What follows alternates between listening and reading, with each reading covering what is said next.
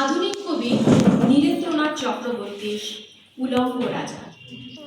সবাই দেখছে যে রাজা উলঙ্গ, তবুও সবাই হাততালি দিচ্ছে, সবাই চেঁচিয়ে বলছে সাবাস সাবাস।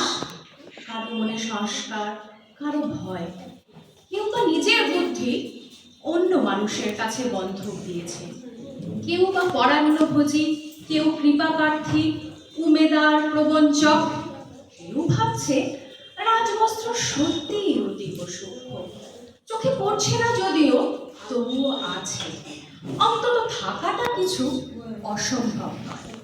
গল্পটা সবাই জানে, কিন্তু সেই গল্পের ভিতরে শুধুই প্রশস্তি বাক্য উচ্চারণ কিছু আপাদমস্তক ভীতু, ফন্দিবাজ, নির্বোধ, স্থাবর ছিল না।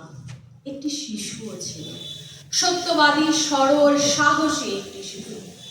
নেমেছে গল্পের রাজা বাস্তবের প্রকাশ্য রাস্তায়, আবার হাততালি উঠছে মুহুর্মুহু, জমে উঠেছে স্থাবক বৃন্দের ভিড়।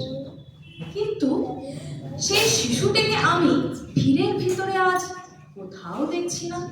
শিশুটি কোথায় গেল? কেউ কি কোথাও তাকে কোনো পাহাড়ের গোপন গুহায় লুকিয়ে রেখেছে, নাকি সে পাথর, ঘাস, মাটি দিয়ে খেলতে খেলতে ঘুমিয়ে পড়েছে কোনো দূর নির্জন নদীর ধারে, কিংবা কোনো প্রান্তরের গাছের ছায়া?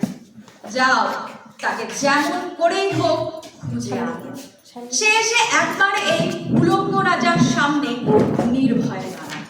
সে এসে একবার এই হাততালির ঊর্ধ্বে গলা তুলে জিজ্ঞাসা করুক, রাজা তোর কাপড় কোথায়?